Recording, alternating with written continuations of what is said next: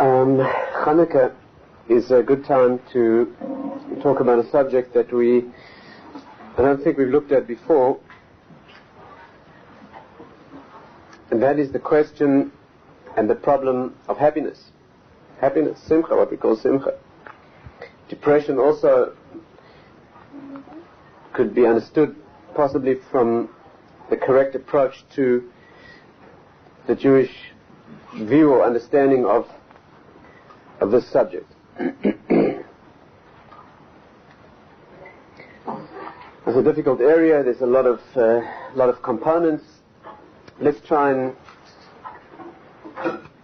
work together, concentrate together, and try to work out the subject.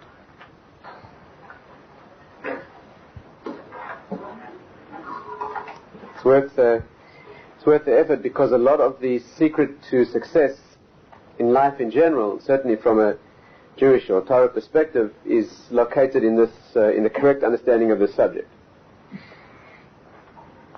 Let's ask a few questions about happiness and see then if we can develop a mature and correct understanding of the subject from a Torah perspective. First of all, is it a mitzvah to be happy? Are we commanded to be happy? Let's understand that. Is it a formal commandment to be happy? You'll notice, if you look through the formulation of the 613 mitzvahs, in any count that you care to study, there are different ways of counting the mitzvahs, you will not find it a commandment to be happy. You'll not find it. You'll not find it stated anywhere that it's the obligation of a Jew to be happy. At least you won't find it as one of the commandments. And yet, paradoxically, there are statements within the Jewish tradition that make it sound like you are obliged to be happy. For example, and each of them is problematic. For example, the verse says, there's a pasuk, a verse that says, Ivdu es Hashem b'simcha, which means, serve God, serve Hashem with happiness. And some even interpret that verse to mean, you serve Him by being happy. The service, the happiness is the work itself. Right? Now, the problem is like this. First of all, what does that statement mean? If it's not a mitzvah, if it's not formulated as a mitzvah, then why is there a statement in the Torah that says that you have to do this? Apart from the problem of how do you be happy, and how can you be commanded to be happy in the first place? But let's bypass that for the moment. What does this statement mean that says you have to serve in happiness if in fact it's not one of the mitzvahs? Right? That needs thought. Secondly, there's a verse in the Torah that's even more problematic, and it says as follows. Now, the Torah describes the curses that will befall the Jewish people if we are defaulting on our obligations. Right? The Torah, in a couple of places, goes through a series of the most horrific Holocaust type of curses that will befall the Jewish people when we default on our obligations. And there the Torah lists 98 or 99 or 100 of the most unspeakable and brutal sufferings that the Jewish people, unfortunately we've been through all of them. They sound extreme, but we've been through all of them.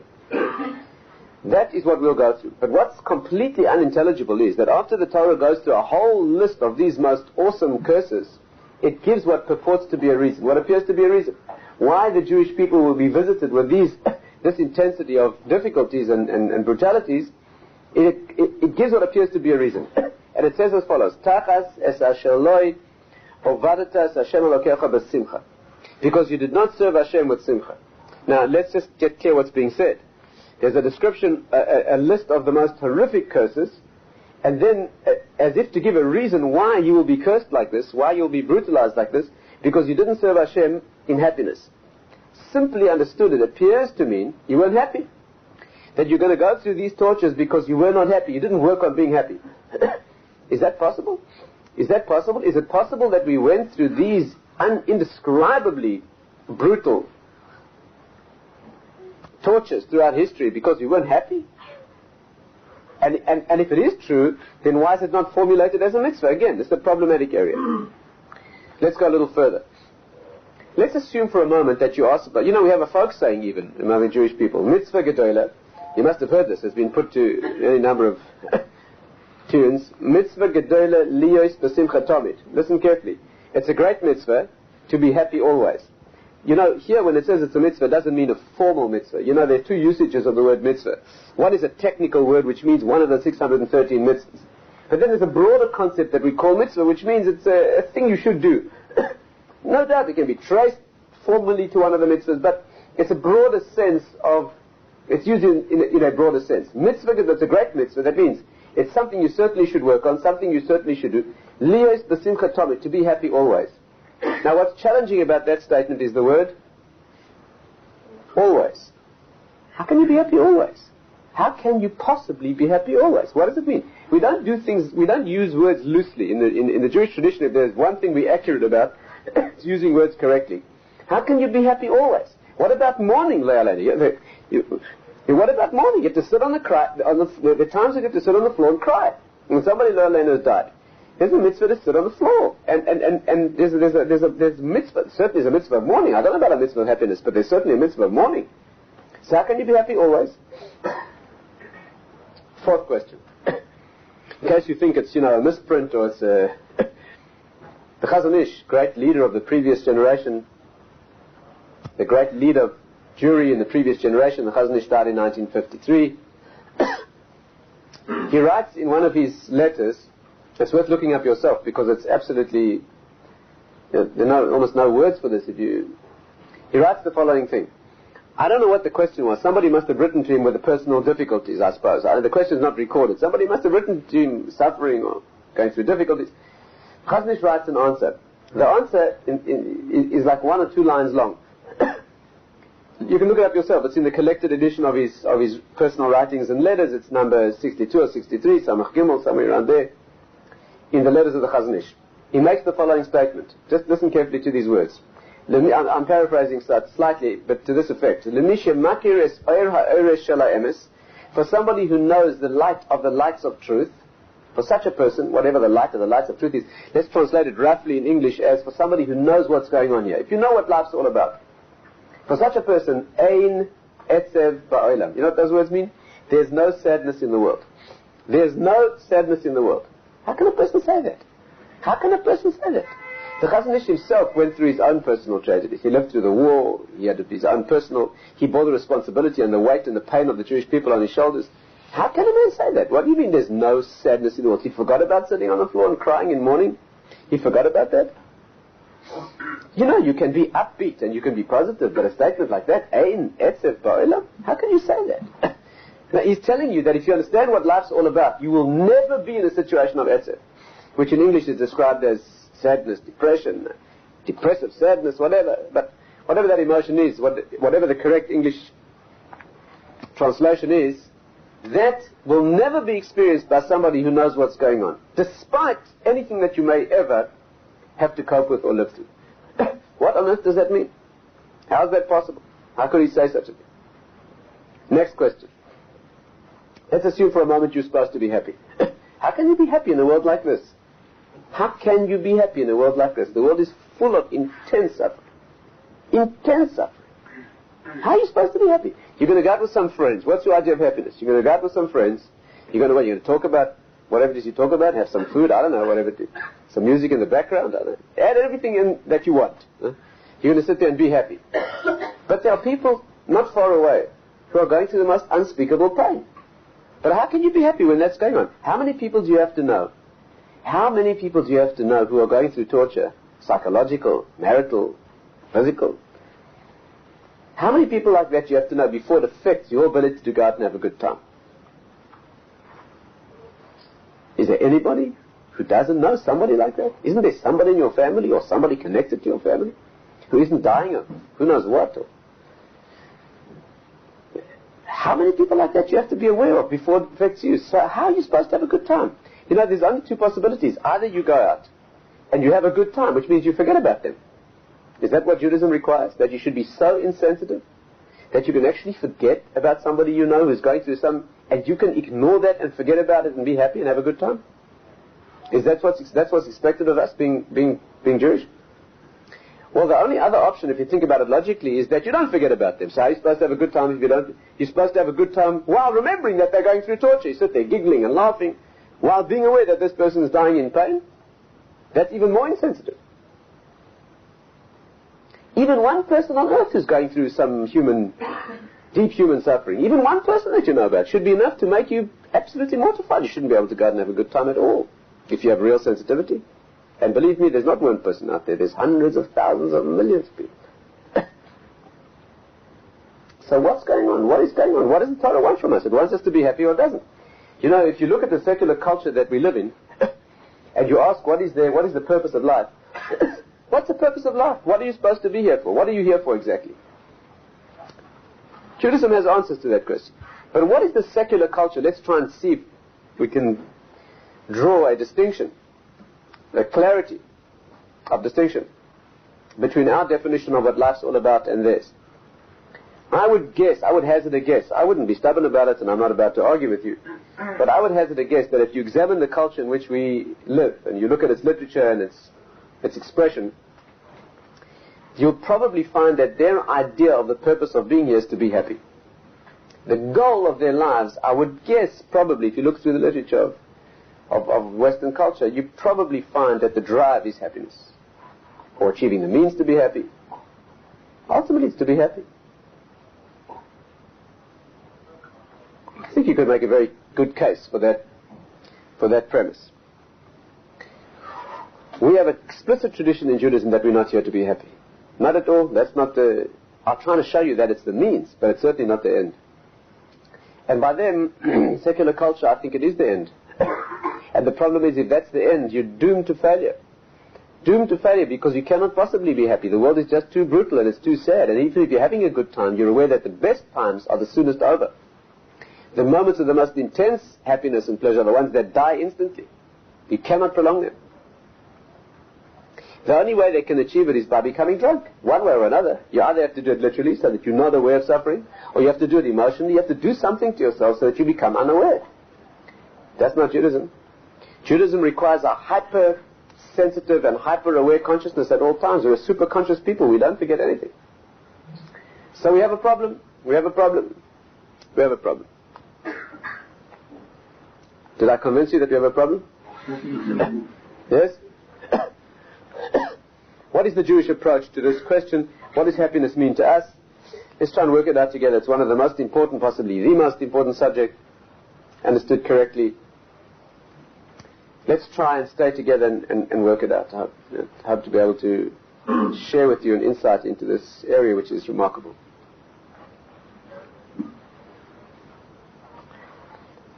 Happiness is as follows. The correct understanding of happiness is this. Listen well, because this definition must take us through the whole discussion. Stay with me carefully.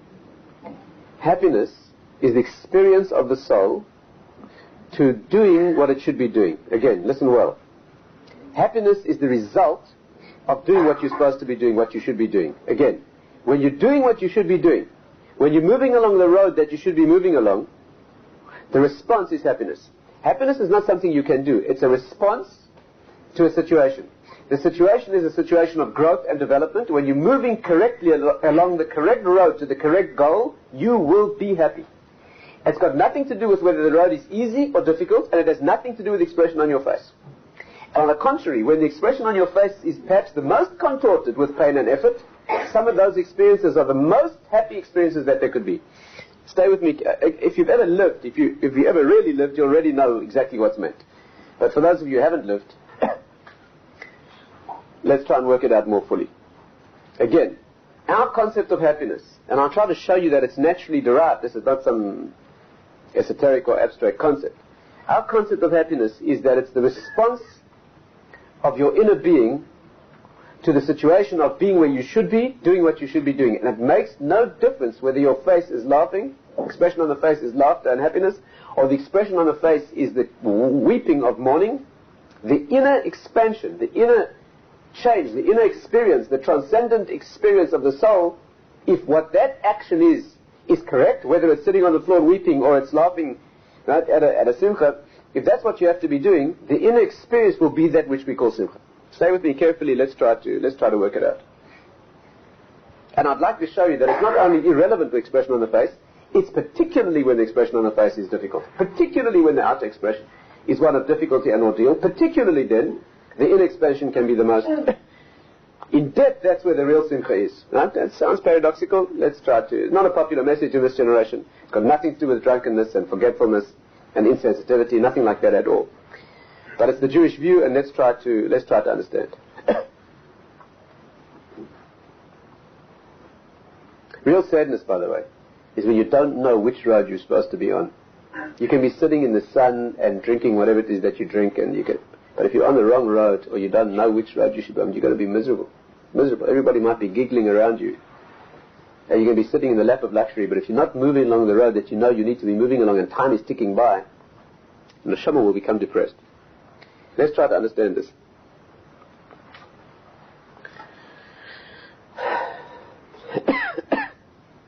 First of all, let me try and show you, before we fill it out and explore it thoroughly, let me try to show you why it is that when you're doing what you have to be doing, even when it's difficult, the experience is one of happiness. It's nothing to do with forgetfulness. Let me try and demonstrate that. That's the first component. Imagine you have to build something. Imagine you have to build something. And it's going to take tremendous effort, right? You have to build something over there, and you've got to carry heavy rocks and logs in the hot sun, and you have to build this thing. But what you're building is very important. And you have a time limit on building that thing. You have a certain number of hours, and by that time it has to be built. But if you manage it in the time, the result will be fantastic. It'll have tremendous repercussions. It'll be an enormous thing. And you'd have to do this single-handedly. And you labor in the sun, and you're grunting and sweating and groaning with the pain, and your muscles are aching, and your bones feel like it. And you're moving these logs, and you're building this thing. What did you experience at the moment when in the middle of your work you suddenly realize, right? You realize that you're going to make it. That the thing is taking shape, and you're moving ahead of the clock, right? And you realize that you're going to make it. What is the experience in your heart as that is being done? There's an exhilaration. That's what you feel. There's a tremendous simcha. Would I know it from the expression on your face? The expression on your face is one of utter pain, abject terror, pain, brutality, suffering, torture. That's what it looks like, right? You're grunting. You may be weeping with exertion.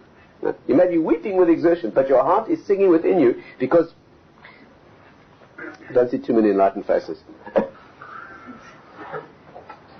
Let's try another example. Imagine you come from Mars. Huh? And you've never seen a human being before.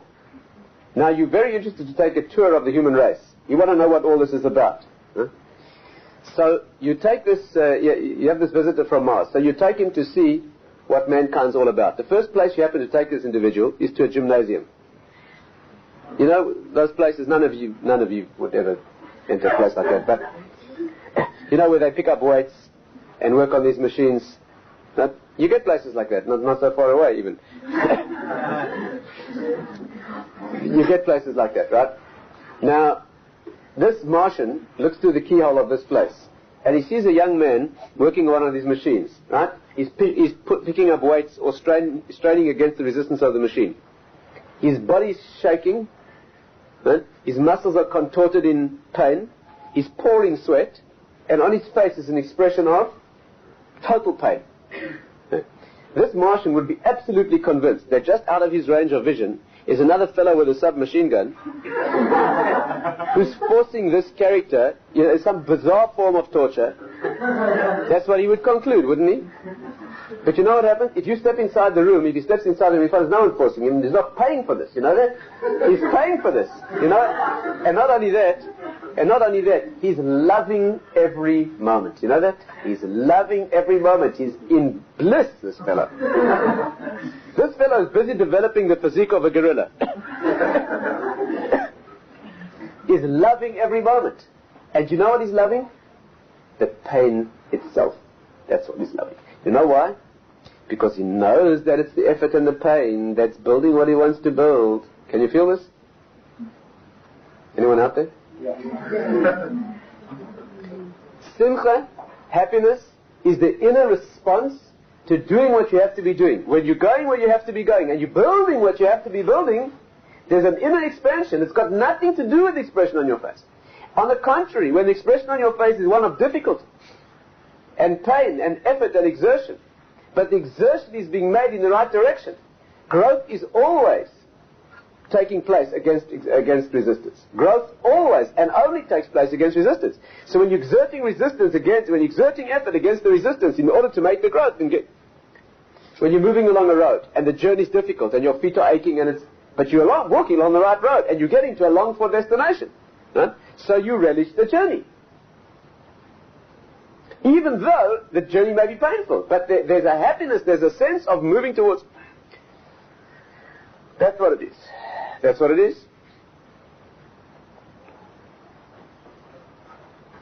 Let's try and take it a bit further. Before we go a little further, let's just return to our starting point and see if we can start fitting things together. Is it a mitzvah to be happy? No. That's not an end point. It's not an end point that you try to be happy. On the contrary, you try to do what you have to do. You move along the road, you have to move along. You have to serve Hashem in the way you have to serve Him. The result will be simcha. The result is happiness. It's how you feel when you're doing it. You're not commanded to be happy. You're commanded to walk along this road to get to the right destination. If you're walking along the right road to the right destination, your heart will be singing within you. There's no commandment, you understand? They think that you have to be happy. So now go find a road that makes you happy. No matter which road, as long as it makes you happy. Do your own thing, my boy. That's not Judaism. Judaism is this is the road and that's the destination.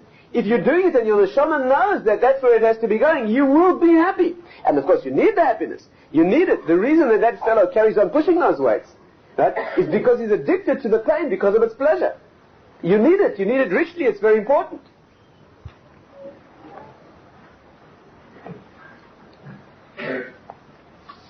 Does the Torah say you should be happy? You know what Ivdus Hashem B'Simcha means? The verse we began with? Serve Hashem in happiness. So people think superficially it means you should be happy. That's not what it says. Read the words carefully.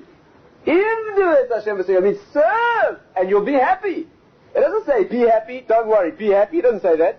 It says Ivdus Hashem. When you serve Him, it means you develop yourself and you move towards Him, towards the reflection of what it is that you should be and your relationship, but then you'll be happy. But people in this generation conveniently forget the first word, which is the word of working. You got to work on yourself and your relationships. But if you're working correctly, even though the expression on your face again may be expression of intense work, because you did not what? Ovadata, because you didn't serve Hashem for simcha. That's the problem. Not because you weren't happy. The Jewish people are not being punished because of not being punished with all the brutalities that history has thrown at us because we were not happy. It doesn't say that. It says because you didn't serve in happiness. That's the important word. You know what the Chazon Ish means? Mitzvah. You know when he says Ein etzev ba'olam, that there's no sadness in the world? That's what it means. The Chazon Ish didn't forget about sitting on the floor in mourning. But even in that incredible extreme, if a person is sitting on the floor, listen to this paradox and this extreme paradox. A person is never is sitting on the floor and mourning about somebody who's died. The inner experience, if you're doing that correctly, should be an experience, and there's no etzev, there's no sadness at all. You know what? Let's get it clear. Stay carefully with me. First of all, you know the difference between English is not sensitive enough for our needs here. In English you have to say there's a distinction between sadness and depression. Etzev in Hebrew means depression. It means the feeling of end point, despair, hopelessness. That's what etzev means. The word etzev in Hebrew, that atzlut in Hebrew, and atzvut are very closely related. Atzvut means depression. Atzlut means a stagnant non-movement. That's what it is. Right?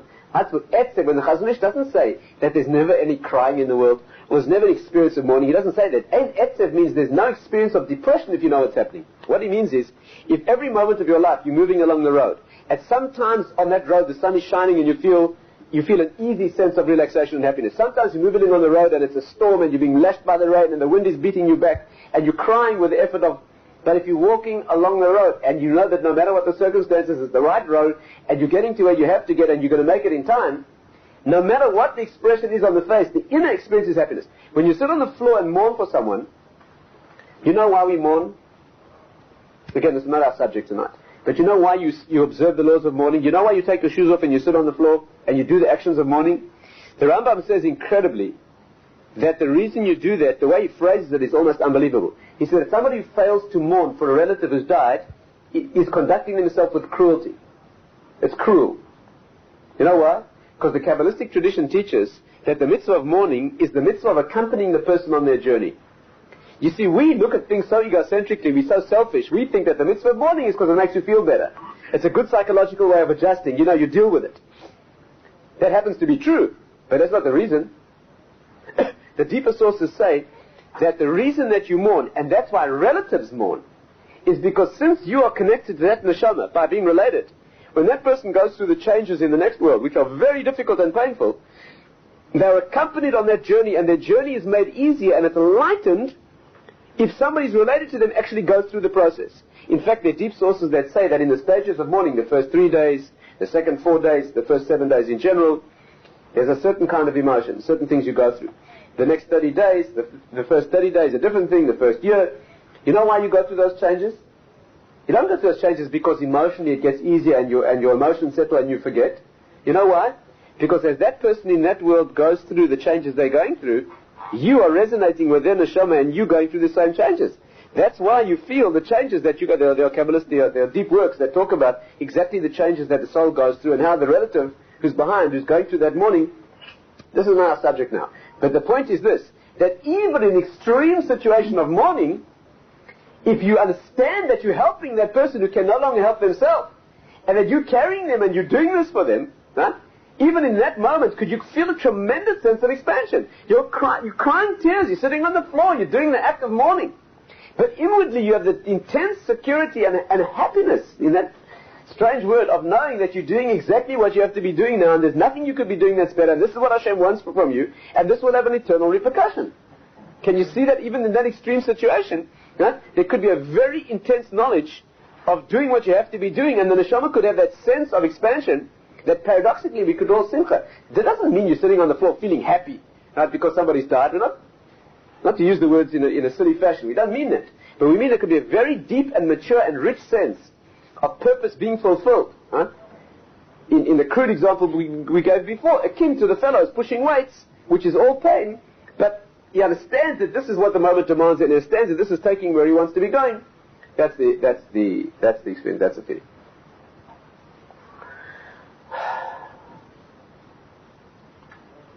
Let's go a little further.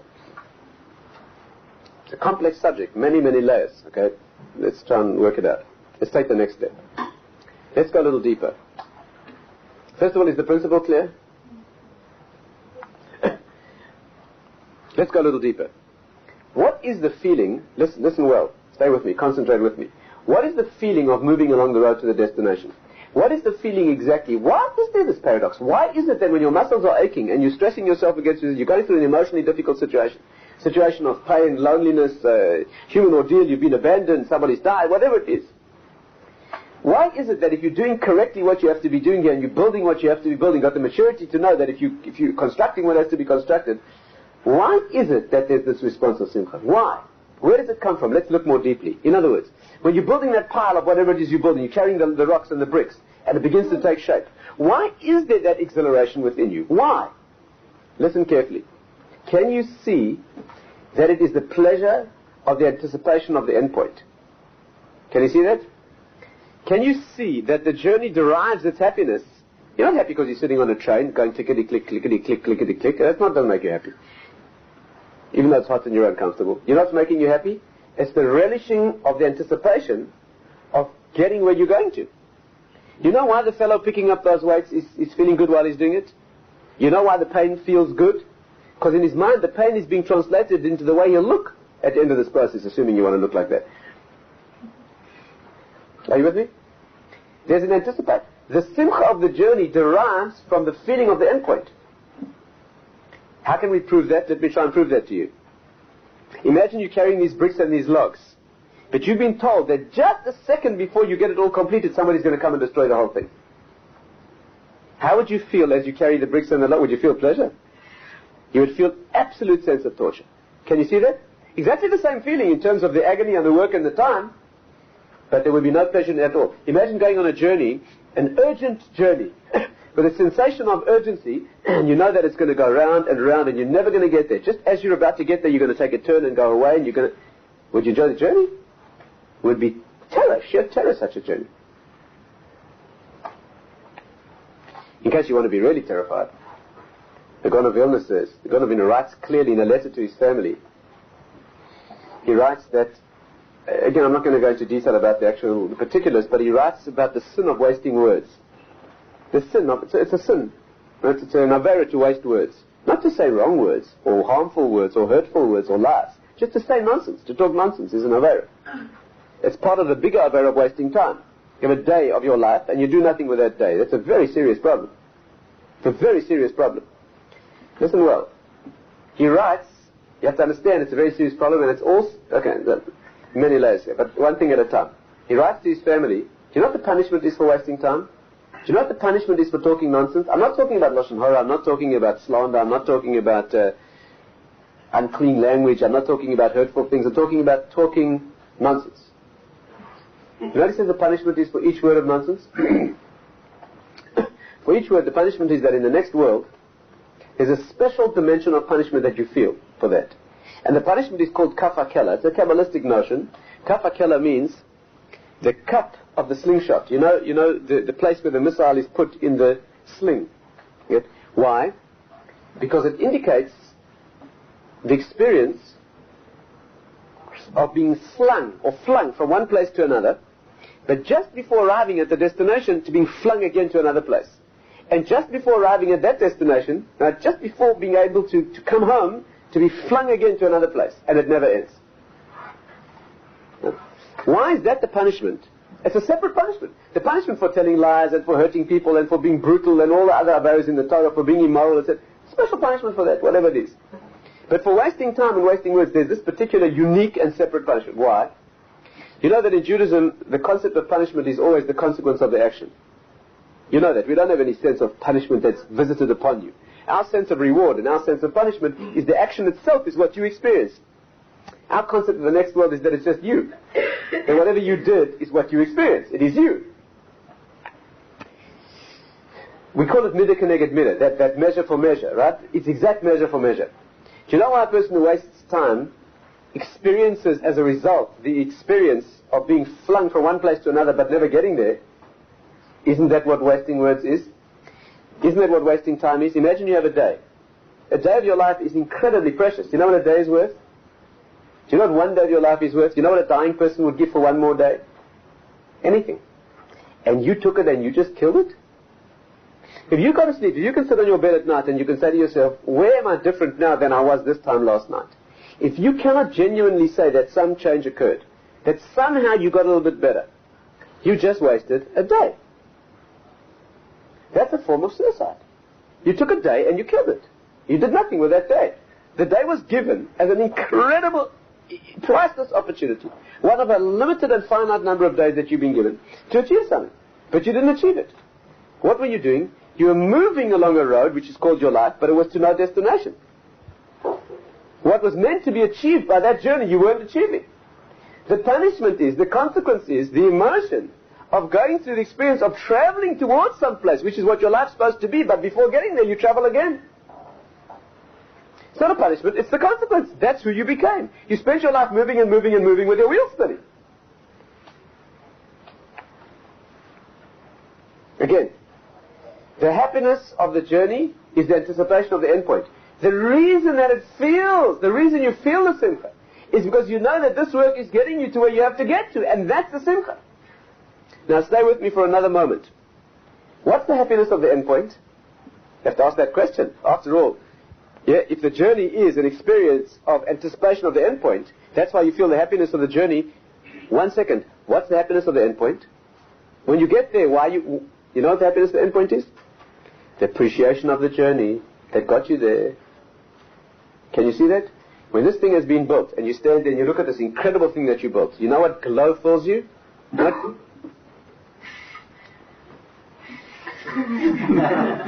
I did that. I achieved that. That was an incredible challenge, and I achieved it. Can you see what's happening? You look back on the hours and hours and hours of work and agony. Isn't that amazing? The happiness of the journey is the anticipation of the endpoint. The happiness of the endpoint is the appreciation of the journey that got you there. You know, when that fellow who looks like a super, whatever, multiple gorilla, thing, when he stands there, right, flexing the steak, you know what makes him feel good then? the recollection of the hours and hours and hours of work and sweat and toil that it was invested to get you. And that's why the Gemara says that a person would rather have one thing that they made themselves rather than mine that they were given for free. On the contrary, when you're given a thing for free, not only don't you appreciate it, you even feel the shame of giving a handout. But it's a thing you built yourself. Can we take it one step further? Are we together so far? Let's take it one step further. Listen well. Again, there's nothing more important than this. I can guarantee you. The simcha of the journey is because it's moving towards an endpoint. The simcha of the endpoint is because the work you put in the journey to get you there. Where does this derive from? Why is that so? Again, we have to ask questions. Why is that so? And I'll tell you why. Because every journey, right, and it's inexpressible in its beauty. Right? Every bit of a journey, every little thing that you build, every road that you take, every work that you do with your body, every little bit of a journey towards a goal carries with it some of the happiness of being alive. And every endpoint that you reach, every achievement that you can look at and say, I did that and I perfected it, has some of the happiness of being in the next world after this life. You know why? Life is a journey and the next world is the destination. Life is the journey and the next world is the destination. Life is the work and the agony and the pain that is put in to make you who you are, which you'll be forever. The happiness of life is nothing other than the knowledge that every day is being built to get you to what you have to be and you will be eternally. And do you know what the happiness of the next world is? That's my life. Do you know what the happiness is of a neshama in the next world? It's that, you know, the sources say that our concept of the next world is simply that you are exposed to yourself. That's all. You don't see anybody else. You know that? It says in the next world, every individual is entirely alone. Except husband and wife. Husband and wife are bonded into one being. It's good news for some of us, it's problematic for others. But I don't know what the men are laughing for. But, yeah. If anybody has cause concern, it's not you, it's her. But take it from me. But apart from that, right, then that's because husband and wife really were destined to be one being. They really were one being before they were born. They were given the job of melting back into being one being again. But that's not our subject. The subject is that an individual in the next world is entirely alone. Do you know what that means? All you exist as in the next world is simply who you've become. And all you see clearly is what you could have been. The incredible ecstasy of the next world is being who you have become, because you did that. It's you and you made it. The incredible pain of the next world is suddenly realizing what you could have been and realizing that you didn't do it. You see who you are and what you could have and should have been, and you see it clearly, and now you can't do it. Again, it's only you. So what is it? This world is the journey that takes you to being yourself, what you should be, in total fulfillment and completion. So the happiness of the happiness of life is that it's an incredible opportunity to become, once in all of the cosmic expanse of time. This is your opportunity to become everything that you could be. This is unbelievable happiness. The neshama feels in every moment of life the incredible anticipation of being eternally what it should be in perfection, unified with Hashem. And you know what the happiness is? It's the knowledge that when I get there, the happiness there will be the knowledge that I did it in this lifetime, and that's what... Amazing thing. And therefore, every journey is a microcosm. We've spoken many times here before about how every emotional experience in life is an educational experience about that which transcends it. Every moment of journey in this world carries with it a little bit of the happiness of the journey of life itself. And every moment of endpoint in this world, you know that? No matter how silly the thing that you built, no matter how small and insignificant, if you built it and you made it and it's complete, the happiness that derives there is derived from the sensation of eternal existence in the next world. That's what lights and informs this moment. It's an incredible thing. Are we together? Can you see that? And that's why the experience of happiness is so real. It derives from the most real of all things, which is the experience of... Let's take it further. Let's go further.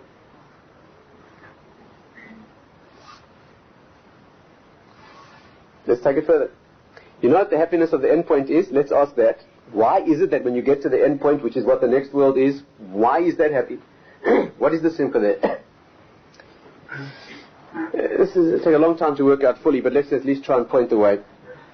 The derivation of that is what we call the sensation of ptur. Ptur in Hebrew means exemption.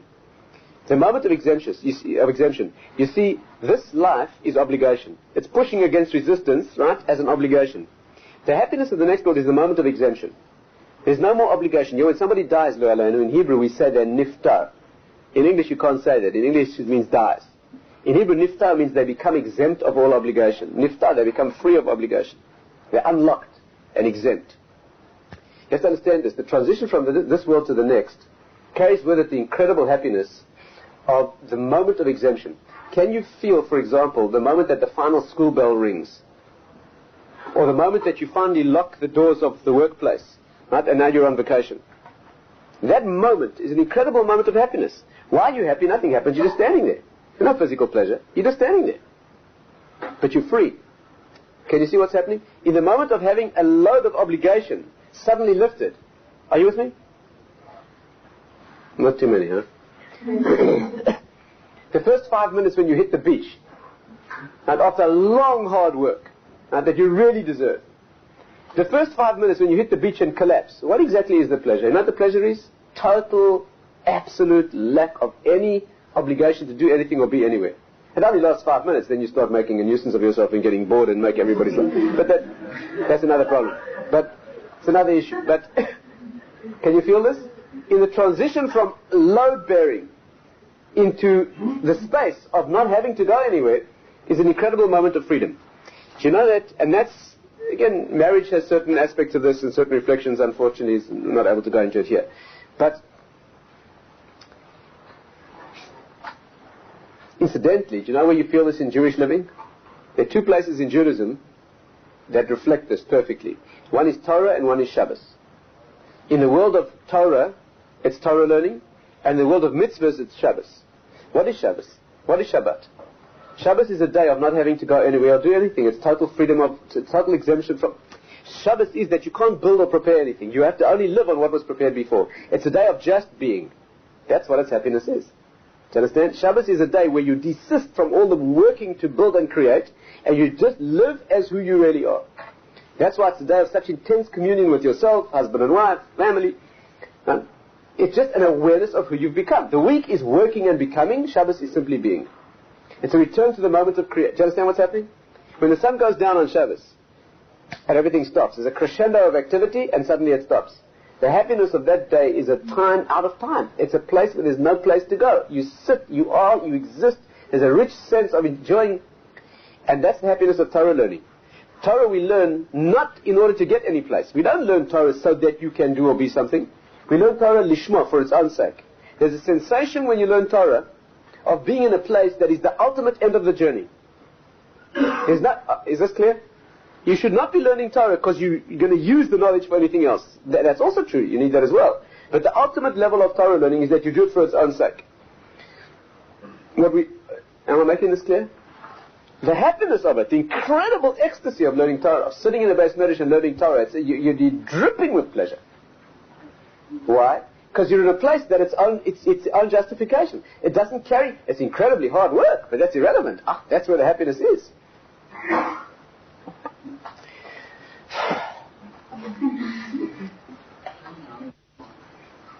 Yeah. You need to come and learn in yeshiva for a while. You know that the word yeshiva is a very strange word. The word yeshiva is a very strange word. It means to sit. Yeshiva is a place where you sit. You sit and learn. What a weird name. The Jewish people don't use words inaccurately. Why don't we name the place where you learn Torah as something to do with the learning? Do you hear the problem? Why do we name it by such a peripheral detail as the fact that it's a place where you sit? Stand. Lie down. Stand on your head. What's the difference? Not only that, the word sitting in Hebrew always means sadness. You know that? You say you sit shiva. Sitting down, vayeshev, right? Vayeshev. All the commentaries say that's when Yaakov's troubles really began. Vayeshev, sitting down. Sitting. You know why? Because it's non-movement. It's non-movement. Walking and moving is what life's all about. When you try to sit down, that's a function of the next world. If you sit down in this world, it's pain and sadness. It's always negative. So how come we name the place where we learn Torah, which is the ultimate existence here, as close as you can get to being in the next world, we call it a yeshiva, which means sitting, and that implies sadness. The sadness of non-movement and stagnation and sitting in one place. Can you hear the problem? But the answer is beautiful. Beautiful. You can't sit down in this world. This world is walking and moving. There's only one place you can sit in this world. And that's in Torah. When you're learning Torah, you know what you're doing? You're sitting on a rocket ship. That's what you're doing. Any other place, you're walking. You're walking. But you're walking against the storm, and it's 3 steps forward and 2 steps back, and you're lashed and beaten by the rain. You don't even know. This is one place where you're sitting down. You're working hard, believe me. You're working harder than any other place. But the vehicle is moving. That's one place where you're sitting. You do in the next world. That's what Torah is, because it's a time out of this world. Do you know where you feel this universally? You know what is the idea of playing a game? A game is defined, the definition of a game is an activity that's its own justification. You don't play a game because of you don't play a game for, again, a real game is that which you play for the pleasure of simply playing the game. Can you see this? Of course you can play games for reasons. But the pleasure of a real game, and by the way, that's why the games that are the most meaningless and trivial are the most enjoyable. You know that? People sit around playing a game, and it's a delicious experience. What are they doing? They're sitting around, they're going backwards and forwards and up and down and backwards and this way and that way and back again and up and down for 3.5 hours. And it's delicious. Delicious. 3.5 hours in which utterly nothing occurred. It's a delicious experience. You know why?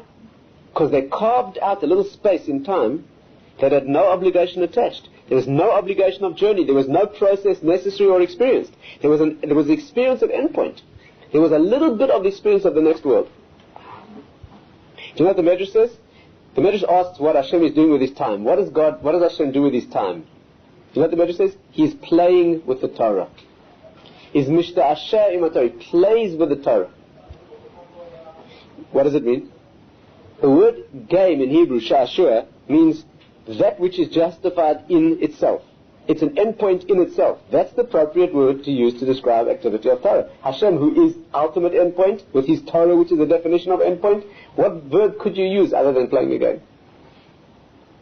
Not to be heard yet at a childish level, of course. The word sha'ashua in Hebrew is a remarkable word. Sha'ashua means a game. It's an incredible Hebrew word. It's a doubled root. Very few words like that in Hebrew. Sha'ashua in Hebrew is spelled sha. It's a doubled root. It's very remarkable. Do you know what Shah means in Hebrew? To turn towards. Like it says, he didn't turn towards the gift, right? You know what Shah means? Turning towards the turning towards. That's what the word means. Because that's what a game is. It's entirely justified within itself. Did I tell you the story of my friend's children who were playing Monopoly? No.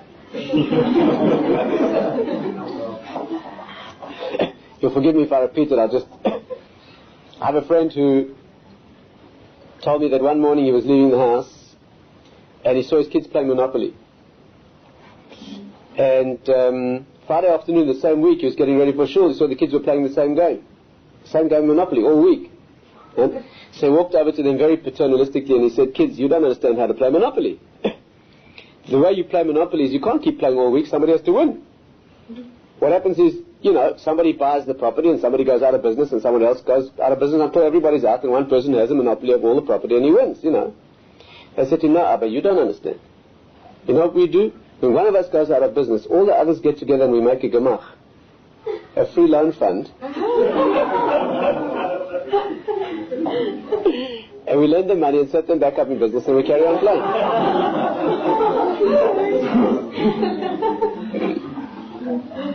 If your kids play like that, that's the way games should be played. Well, what, you think you're playing to win? So then the game's over.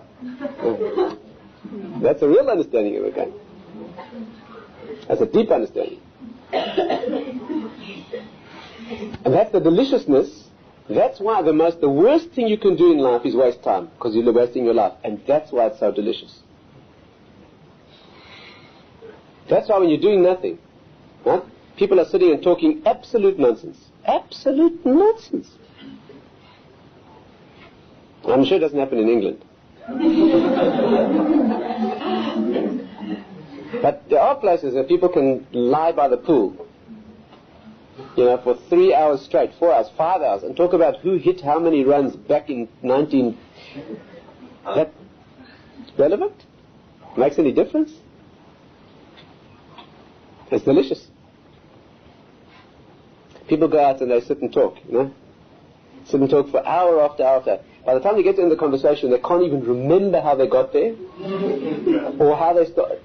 But it's completely irrelevant. It makes no difference. It is delicious. You know why? Because nothing happened.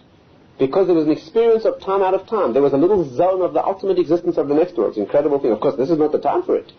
It's not the time for it while you're here. Here you need small doses just to keep you going. You need Shabbos every week. You need the occasional experience of a time out to remind yourself what it is. Of course you need that. But you only need it to keep you motivated to keep walking along the road. The time for the real sitting down, and that will be plenty of time for that. Plenty of time. Okay, are we together? Can we take one more step? Let's understand depression. It should be obvious now. You know what's the cause of depression? The cause of depression is when the soul feels that it's not going where it should be going. When you're not developing, when you're not doing what you should be doing, you will be depressed. Can you see? I'm not talking about chemical depressions and medical problems and genetic. I'm talking about functional depression. When a person, if the soul knows, if the neshama knows that it's not going anywhere, right? That a day went by and a week went by and a month went by and a year went by and you're no different than you were a year ago, and 1 year of your life is gone and you're no different, and it'll never come again. You have to be depressed. Do you know what the feeling of depression is? Listen well, please stay with me. What is the feeling of simcha? A tiny touch of the ecstasy of the next world of achievement. Do you know what the feeling of depression is rooted in? The feeling of death. Can you see that? It's a little bit of death. After all, if a person lived 120 years and then they are not here anymore, it's the end, right? Well, what if a person lived through a year in which they did nothing? It's a year of death. The neshama feels the cold hand of death when it is...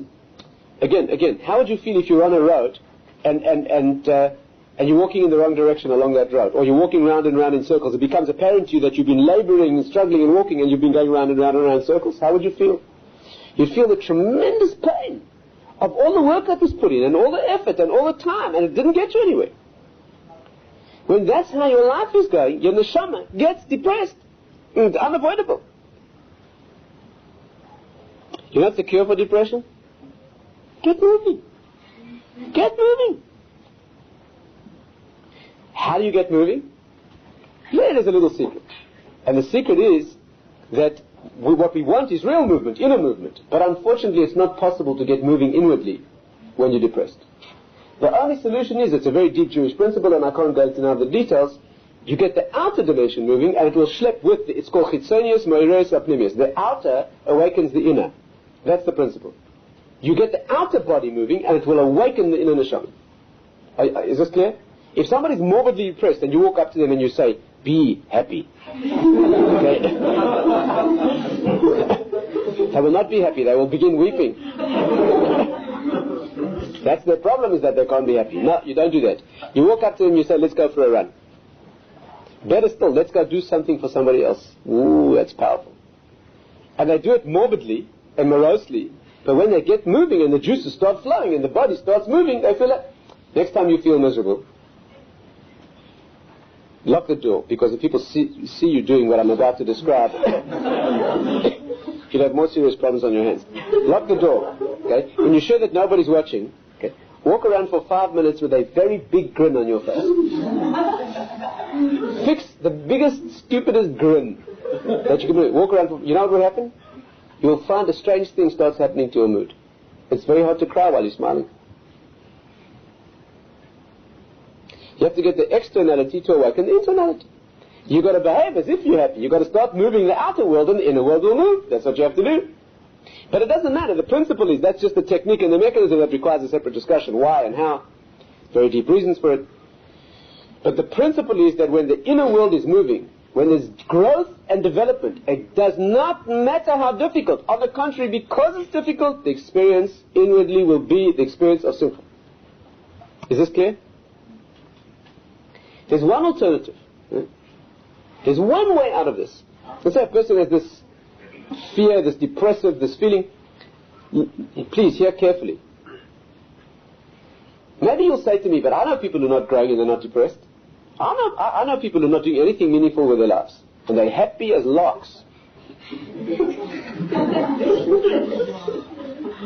Go and observe carefully. You know what you'll find? Listen well. Either a person's achieving and that's why they're happy, or they're not achieving and they're depressed, or they're achieving something silly. They've sublimated the drive to achieve into something irrelevant. But it doesn't matter. It doesn't matter. Your emotions can't tell the difference. Again, if you're building something that looks meaningful, and you're working hard and something's taking shape, it's enough to keep you functioning. And people, is this clear? This is why people go out there and they dedicate their lives to things that objectively examined are stupid. But you know why? Because they need to be dedicated to something and they need to be working and building. And it doesn't matter whether it's feed the children or feed the elephants or save the seals or save the mothers-in-law or what. It doesn't matter what it is. But if it's... And that's why this person can be making an art collection, or it's a world-famous art collection, or it can be a beer can collection. And you know the characteristic of a Jew. What difference between a non-Jew and a Jew in these things? Is Jews take these things seriously. The Jewish boy makes a beer can collection. That's in every beer can in the world. And then he starts a magazine and a fan club and a web page and a... Why? Because the Jewish neshama is attached to serious development. And therefore it doesn't matter what it is. And it can be to be a world famous world thing in literature or in art or in this or that or collection. It can be beer cans, matchboxes. It makes no difference. There's a sublimation of the need to move towards and achieve and build and perfect. And it can be sublimated into that which is utterly meaningless and stupid. But it's enough to kill you. Because it supplies enough of the need to achieve and build that you don't feel anymore. And the neshama thinks it's getting fed. Is this clear? Can we go a little further? Got more energy? Let's take one more step. One more step. What is the feeling of simcha itself? Again, this is long and complex. I'm going to try and just touch on a few points that are... What is the feeling itself? Again, we've discussed its derivation and what generates it, and we've discussed a lot of angles of the subject, and I hope you've got I hope I've given you something to think about, and you've got a fresh angle perhaps on this subject, at least a more authentically Jewish vision of the subject. But let's try and take one final step. What is the experience itself? Not what causes it and why and how. What is the experience itself? Please try and stay with me. The experience of simcha, the experience itself of simcha is an experience of expansion. It's a sense of going from a more straightened or more constrained situation to a more expanded situation. Can you feel that? There's an expansion of consciousness. The mind expands. When you go from a situation of work and difficulty towards the situation of endpoint, there's a situation of expansion or transcendence. Can you feel that? First of all, if you look at people who are happy, look at somebody during the simcha, you'll notice that their world suddenly enlarges. They suddenly put their arms out and take in people who wouldn't have been that close to them otherwise. Have you ever seen that? There's an expansion of world. And you know what depression is? It's a shrinking in of the world. The world shrinks.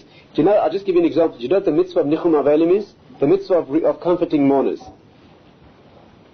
It's a mitzvah to comfort mourners. You know what the mitzvah consists of? You know what the mitzvah consists of? People don't know this, it's tragedy.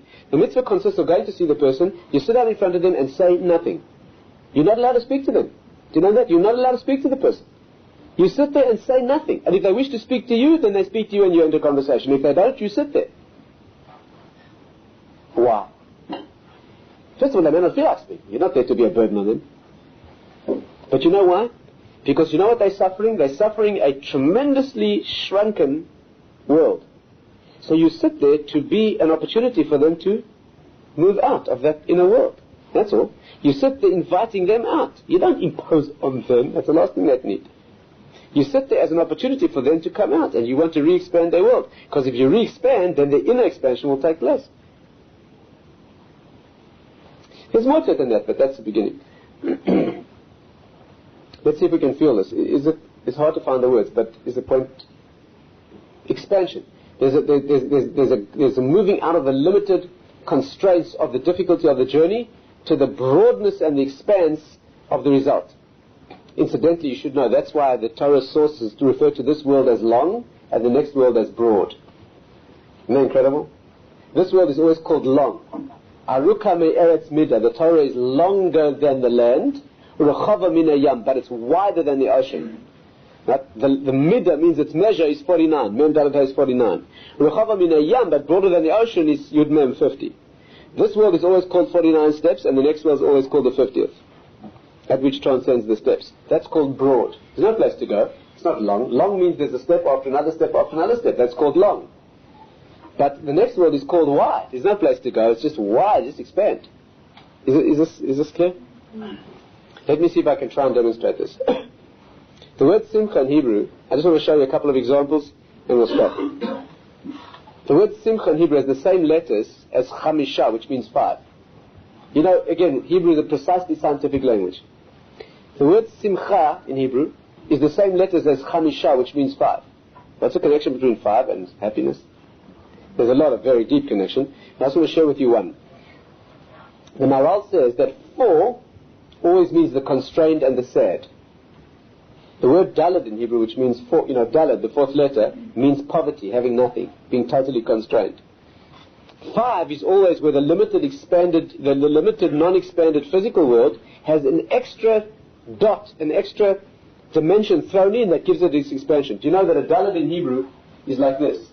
Dalad is 2 lines at right angles, right? Which indicates the 4 dimensions, what we call the 2-dimensional worlds, right? The 4, right, left, forward, and back. How do you make a dalad into a hay? You just put 1 extra dot in. The deeper sources say that it's a line seen end on. It gives the expansion into the 3rd dimension. But it's the extra dot that makes the dalad into a hay, and the hay is the letter that the next world is created with. The sound of the breath. When 4 moves to 5, right, there's an expansion from the straightened narrowness to the 5 books of the Torah. By the way, you know what 6 is? You know what 6 is? Shesh in Hebrew is 6. Do you know it's the same word as sas, which means ecstasy? You see, when 4 goes to 5, you get simcha. When 5 goes to 6, that means when happiness expands to its transcendent level, then you get a thing called sason, which is much higher than what simcha is. When 6 goes to 7, what's 7 in Hebrew? Shiva. You know what Shiva spells in Hebrew? Svi'ah. It means complete fullness. The word itself, the word 7 in Hebrew means, 7 is always the full expansion, right? 7 days in the week. That is a total satiety, satiation, fullness, right? That's what Sheva means, Svi'ah, fullness. What's 8, by the way, which is what Hanukkah is? Shmona in Hebrew means, the word Shmona in Hebrew, which means 8, always indicates that which transcends the natural. That's why there's 8 days of Hanukkah, because it celebrates a miracle. Bris Milah on the 8th day, because we're transcending the body, the most earthy part of the body, we're giving the ability to transcend. That's why the word Shmona in Hebrew, if you rearrange the letters, it spells Neshama, the soul. Actually, if you rearrange the letters of Shmona, it spells Neshama, and if you rearrange the letters in the other way, it spells Mishnah. The Mishnah is the level where the Torah makes contact with its transcendent, the oral and the written law are making contact. Huh? All the same idea. Of course, the word Shmona, the root of it is Shemen, which means oil, which is what Hanukkah is. So we eat foods that are the oil of the light of the Arizal says that the nefesh, the soul of the human being, nefesh is nun pei shin, which spells ner psil shemen, the light, the wick, and the oil. Ner Hashem nishmas adam, this candle of Hashem is the soul of a human being, and that's what the word nefesh spells. It spells the flame, the wick, and the oil. Right? That's what it is. So shemen is oil, and you know what oil means? Shaman in Hebrew means fat, oil or fat. You know what fat is? Not just fullness like 7, but expanding beyond the minimal fullness, right? That's shaman. 9 is even higher, Taisha, it's very deep. And 10, 9 means Perhaps another time we can talk about it more. But it indicates another step in this process which moves towards the 10. In fact, Tesha is based on the word Shah, which we mentioned before, which means moving towards. And 10 in Hebrew, Eser, is the same word as Ashir, which means riches, rich. It's not only fullness or even more than full, it means being able to pour out onto others as well. That's what. I mean, you see it right in the words. But let me take one more example. I want to give you two more examples. Can I do it? Two more and we'll stop with that, okay? Two examples and we'll stop. You probably won't believe me about this example because it sounds so wild. But I'll tell you anyway. What aspect of the world, stay with me and try and do the thinking for me, with me. What aspect of the physical world most denotes the limitation of the world? That means there's a concept that we use all the time that very much speaks of utter limitation. It's the concept of measurement. Isn't that so? When you measure a thing, you give it a total finite boundary. And this thing is measured, and it has its measure. Right? Can you see that? Then it's totally fixed within the physical. How do measurements work in Torah? How do measurements work? What are our feet in inches or centimeters or listen well, because there's just no words for the beauty and subtlety of this. Do you know how we measure things by unit, for example, called a tefach, right? A tefach is a hand's breadth. That is 9.8 centimeters or 10 centimeters. And an amma is 6 of them, right? 48 or 50 tefachim. How much is a tefach? Listen carefully. In the secular world, they use measurements. For example, a meter, not feet and inches or meters. How much is a meter? How much is a meter? You know how much a meter is? In Paris, in the Institute of Standards, they have a bar of platinum that's 1 meter long. And that's the international standard for the meter. You know that? They keep a bar of platinum under incredibly tightly controlled conditions of temperature and pressure, etc., etc.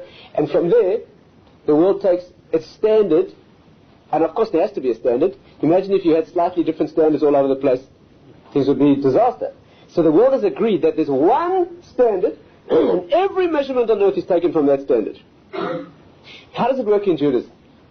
Are there any engineers here? You're not going to believe me. I'll tell you anyway. How does it work in Judaism? We have a tefach, okay? How big is a tefach? The answer is, it depends. Depends. The Gemara says there's two kinds of tefachim. Listen carefully, it's incredible. There's a thing called a tefach like this, which is called a tefach atzul, a sad tefach.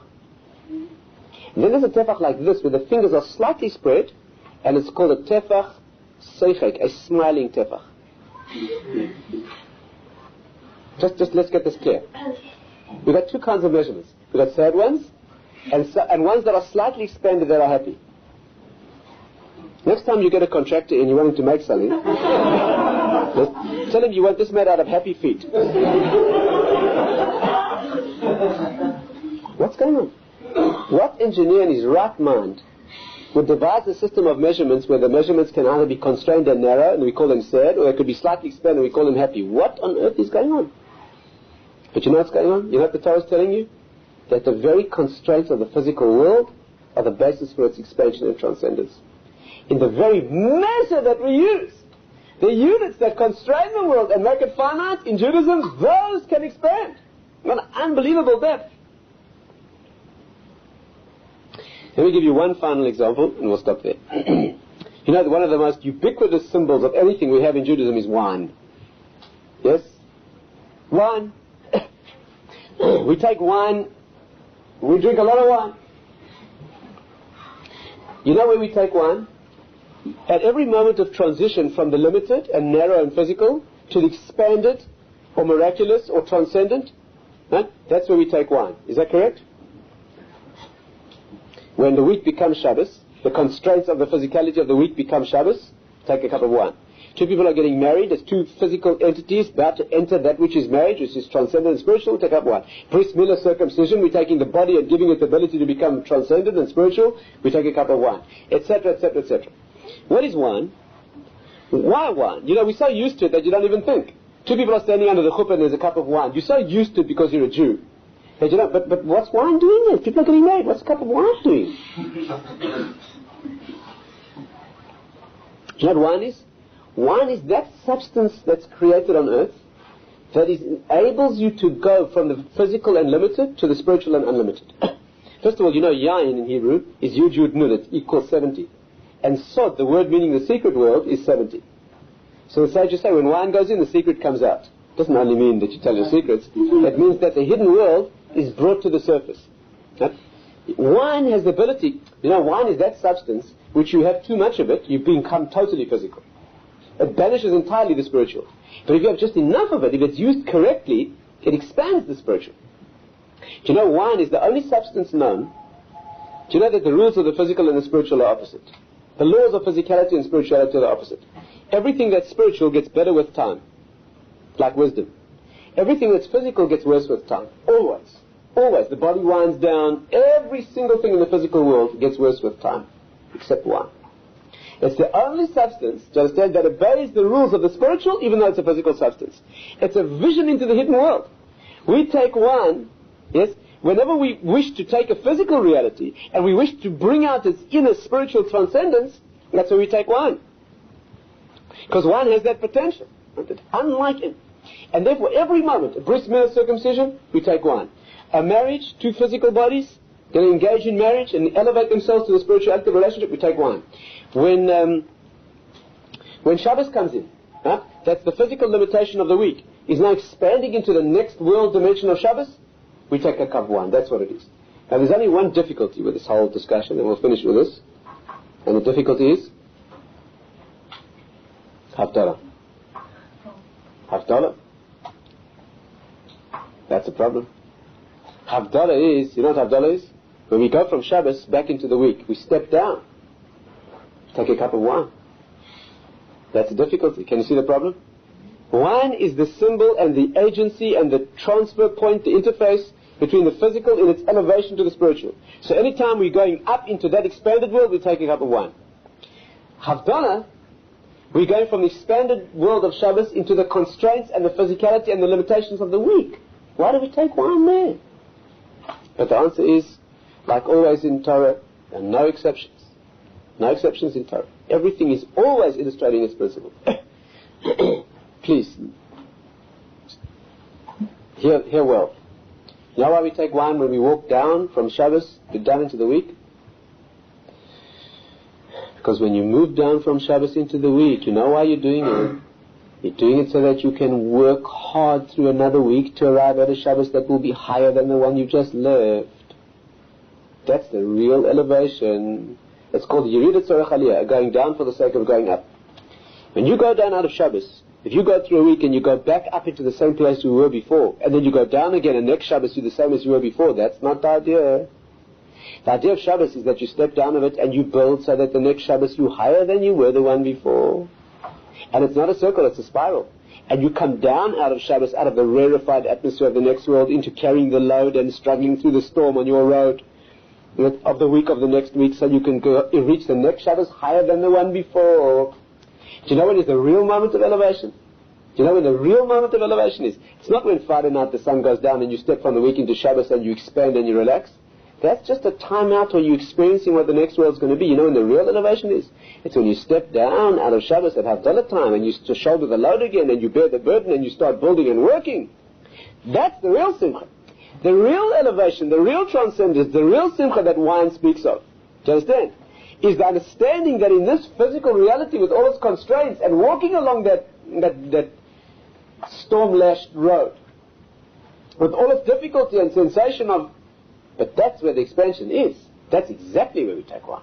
That's exactly where we take wine. We're not looking for the other side of wine. We're not looking for the forgetfulness and the lack of consciousness and the drunkenness. That's not our happiness. On the contrary, we're looking for the exertion. We're looking for pushing those weights and straining against the load and building what has to be built. That's what we're looking for. Because in that pain of stepping down and leaving the light behind, stepping down, that's what Simcha is. And of course that's Hanukkah. Hanukkah is that the last time we saw anything miraculous was Hanukkah. We left behind the world of prophetic revelation. That was the written law. And we move into Hanukkah, which is the time of the oral law. We leave behind all the incredible prophetic miracles and the light of the Beis HaMikdash. And we move into a Hanukkah, which is a tiny little light in the Jewish window that has to burn through century after century and take us through the Mashiach. the original light of the written law with its prophetic revelation and its miracles. We don't have that anymore. Right? We've stepped down now into the world of darkness, but so that's where the real light can be lit. The first one is given. It's the second one that we do. And therefore, the path of a Jew in the world, we're not looking for forgetfulness and drunkenness and insensitivity. We're looking to bear the pain of the world and the knowledge of the world, and we're looking to engage difficulties. We're looking to walk along that road. We're looking to go down out of the rarefied atmosphere of the world that came before this, or Shabbos, into the world of the weak and the difficulty and the process of walking. We're looking to be racing against time, to building what has to be built. You can't afford to waste a day or a week or a month. And it's that experience of building without reference to the expression on the face, and most often because the expression on the face is one of difficulty, that the real building takes place.